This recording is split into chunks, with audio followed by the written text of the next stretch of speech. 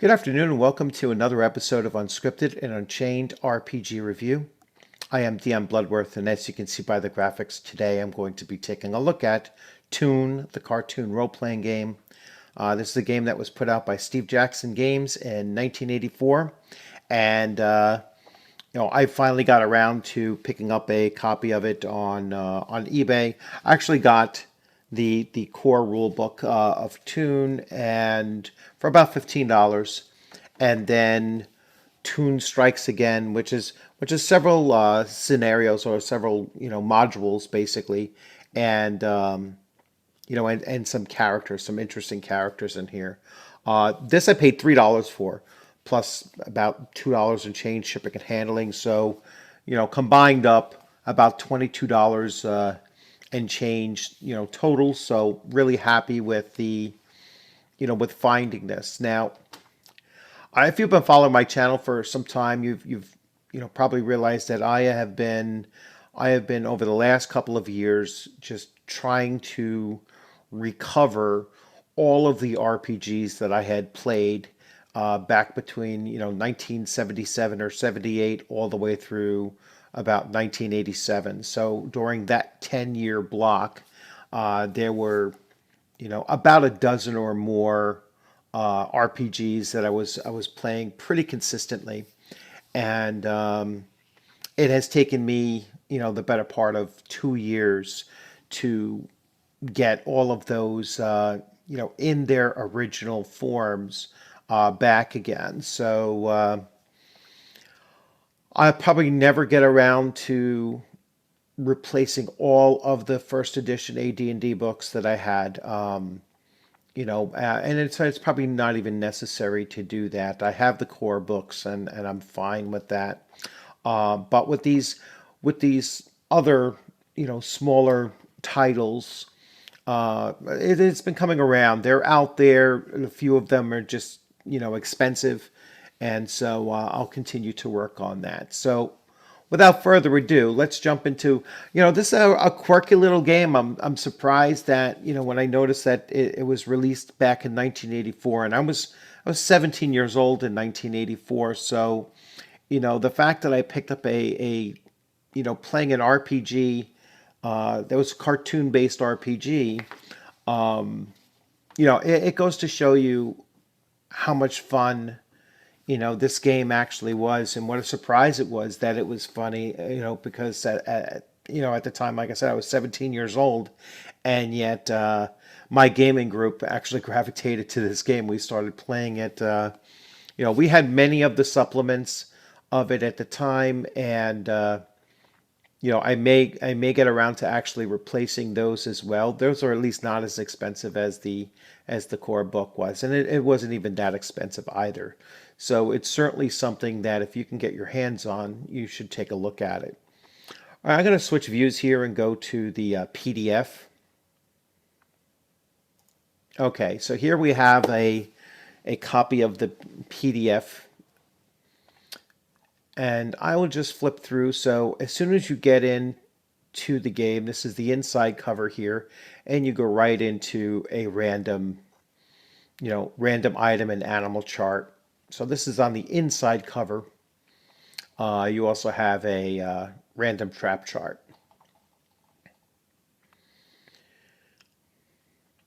We go through and welcome to Toon. Now, some of the things I remember about this game is, obviously you're playing cartoon characters. And so there is no real, there's no character death in this. And maybe that was what really brought us to this game, just to have fun with it. Because by 1984, we were pretty heavily into Call of Cthulhu, which is not a game that's easy to survive. And we were also fairly along in our Advanced Dungeons and Dragons first edition characters and such. So we were up to playing high level adventures. By that point, things along the lines of like a Tomb of Horrors and stuff. So this game here was kind of a relief from playing those the games where it was fairly dangerous to play for the characters. So go into dice system, and this is really my first time looking over it since I got these in the mail. So all you need to play Toon are a couple of six-sided dice, like the ones found in any ordinary game. All right. You might also, for instance, roll two dice and add one to the result of the other. So two dice plus one. All right. Character attributes. So there's not as many attributes as you customarily see in a role-playing game. So there's only 4 attributes. You have muscle, zip, smarts, and chutzpah. All right, and muscles, as how strong your character is, obviously. Zip includes speed, alertness, dexterity, and coordination. Smarts is just what it sounds, intelligence and knowledge. And chutzpah is how pushy your character is.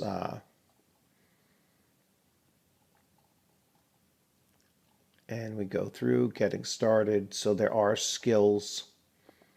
I remember there was it was like your characters had a shtick, kind of like a weird quirk or something that they could rely on. Not a real power, but just something that was very quirky about them. So there's fighting, doing damage, falling down. In the world of cartoons, characters never die. They just fall down.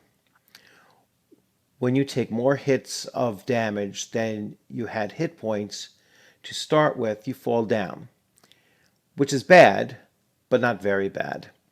In cartoons, all sorts of terrible things happen to characters, but they bounce right back in the next scene.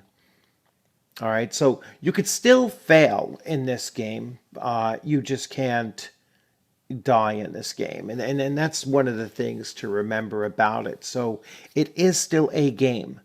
There are still dice rolls and rules and consequences for for poor rolls, but your character ultimately is not going to die.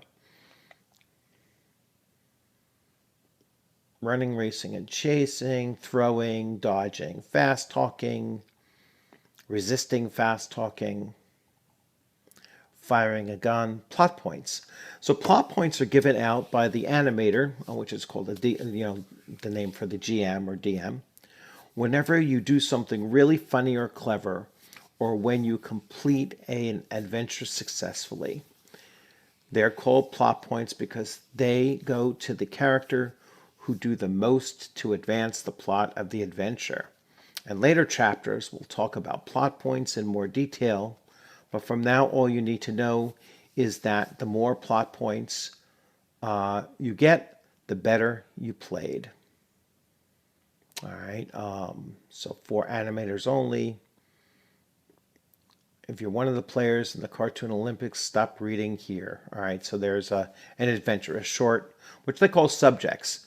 All right, so there's subjects and then there's short subjects. And so this is an adventure written by Warren Spector. Cast of characters. It talks about the location, the plot. So keeping all the information following secret until you think it's time. There's an opening scene. So it's almost like an episode of a cartoon as it's getting played out. And if I recall, these like little mini adventures, these are not long adventures. These are very, very short little a series of scenes that do not take a long time to play. Yeah, so you can see that this whole adventure is literally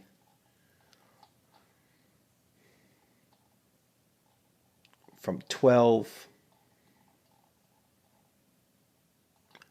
to 15. So 4 pages. Literally 4 pages long for an entire adventure. And if you are writing these kind of cartoon episodes, for your player group, you want to bear that in mind. You want to keep them very, very short. This should be there should be less than an hour to play these scenarios out. Very much like a cartoon episode. Probably 30 to 40 minutes is fine. Creating your characters. So let's take a look at the attributes. The next step is determining your attributes. Let's see what the first part was. I jumped over it fast. Well, they didn't really go into detail here.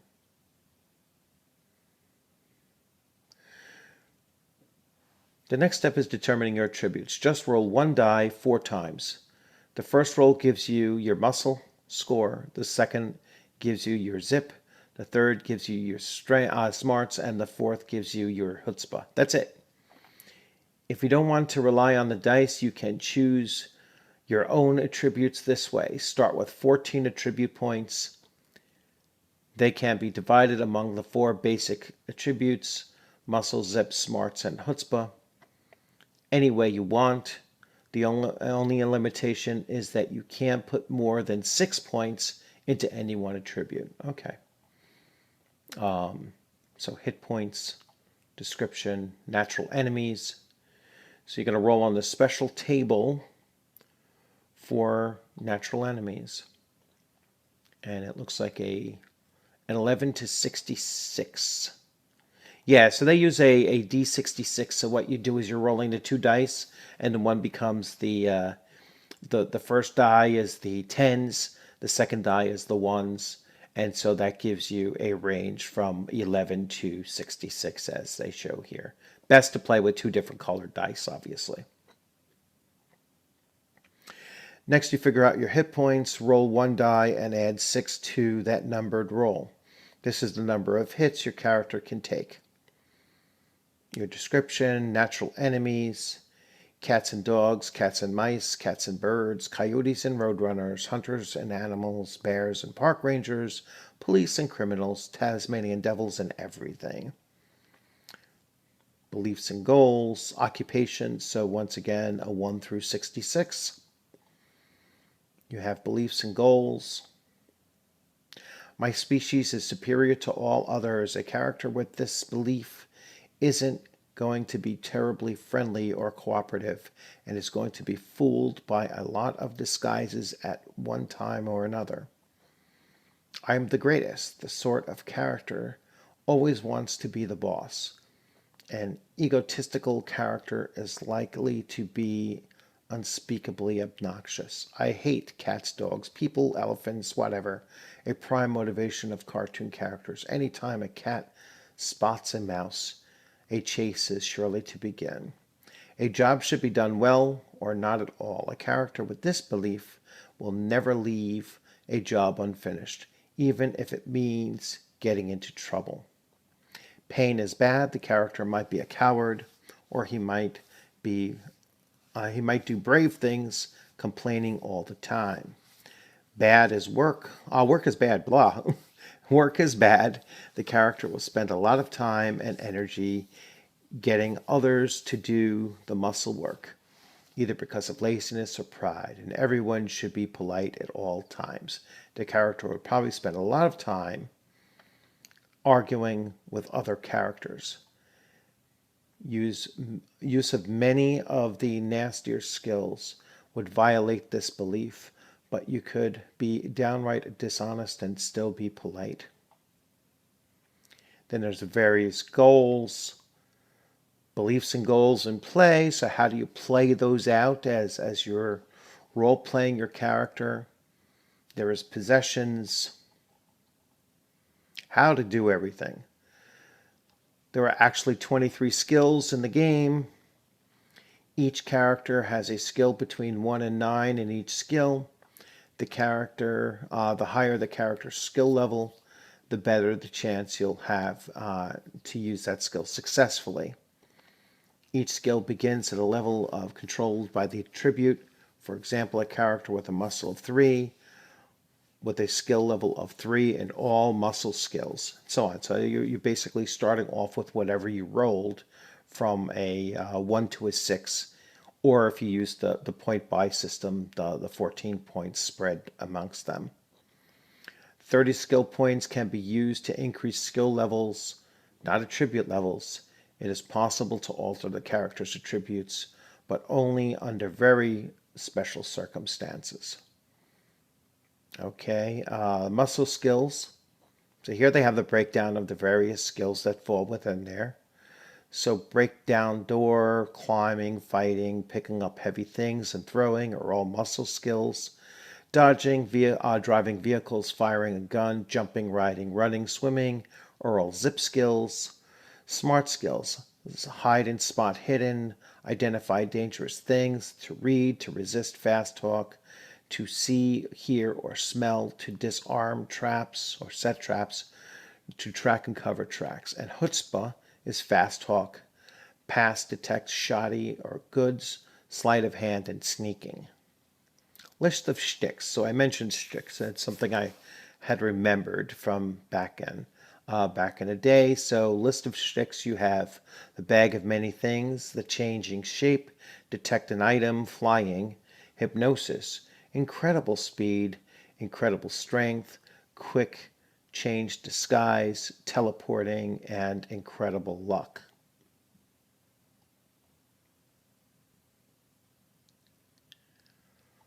Let's see. Improving skills and shticks. Breaking down the door. So they go into the skills here in pretty good detail. Firing a gun, you have pea shooters, a water pistol, bow and arrow, handgun, shotgun, bazooka, cannon, ray gun.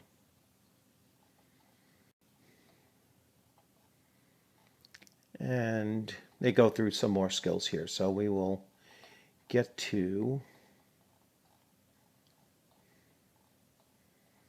probably after the skills, because we had fine-tuning. You know everything there is to know about creating cartoon characters. Okay, so now we're going to places to go. So now it's just talking about setting up for different ways of playing the game, how to add sound effects to how you're presenting. So this is more like the animators section of how to play the game from that perspective. So illogical logic. Things don't need to make sense in in a cartoon, and that's something that that's something that comes up often. So the final fade out, the adventures, what to tell the players, Cartoon Olympics. So this is another short subject, another short adventure. I want to show the character sheet really quick. So I'm going to scroll to character sheet and there. So very, very simple character sheet. I like the fact that it has all the skills listed right here, so it's very easy for you to pencil these in, which sticks your character might have, and that's pretty much it.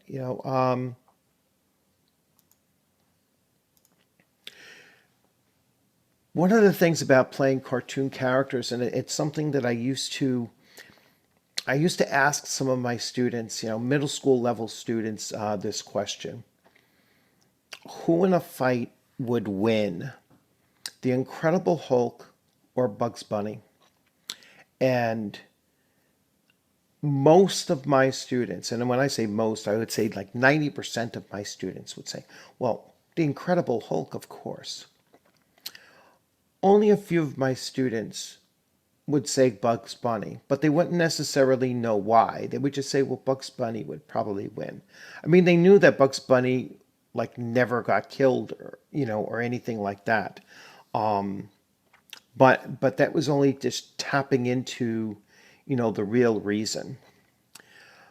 The Incredible Hulk still functions within the real world, and Bugs Bunny did not. Bugs Bunny functioned in the cartoon world. So Bugs Bunny could alter reality And I used to describe this to them. I says, Bugs Bunny could reach into his pocket, take out a massively large pencil with an eraser on it and erase Incredible Hulk's arms and legs. And so the Hulk would be left there just, sitting there, unable to do anything anymore. The Incredible Hulk couldn't do that. All right. And so that's the thing that you want to remember if you're playing Toon and if you're writing these short scenarios, is that the game doesn't have to be logical. It doesn't have to be science-based. It doesn't have to be, you can fudge around with even the rules as much as you wish to, as long as everyone is still having fun with it. And that's the bottom line. It just doesn't need to make sense. And it's a big change from, playing other role-playing games where, we oftentimes, try to make it make sense. It's, this is the suspension of the suspension of disbelief. I think I'm saying it right. Is not something that you have to, do here. It just comes naturally when you're playing a cartoon character. So if you've never given this game a try, I strongly recommend it. It's a lot of fun, and I remember this, 35 years ago, playing this, how much fun this actually was for a bunch of 17-year-olds. So just imagine what it would be like playing a game like this with kids that are even younger. So you'd always be surprised at what RPGs can present you with, different genres of RPGs, and you never think of playing some of them, and then when you try them out, when they're this well written, and like I said, it doesn't look like it's written to be serious, and that's the point. So when they're this well written, they usually play very well as also. So definitely give it a try. I hope you enjoyed this video. If you like this video, please, hit the like button. If you hadn't subscribed, please consider subscribing. And I look forward to seeing you on the gaming screen sometime soon. So, keep on gaming out there. Keep on looking for some of these older games. And there's newer games, very similar to this, kind of quirky, kid-friendly, non-serious games out there as well. But yeah, always keep on looking out for, those non-mainstream games to play with, and you'll have a lot of fun doing it. Thanks for joining. Have the good rest of the weekend. I always lose track of what the days are. So, enjoy the rest of your weekend. Take care.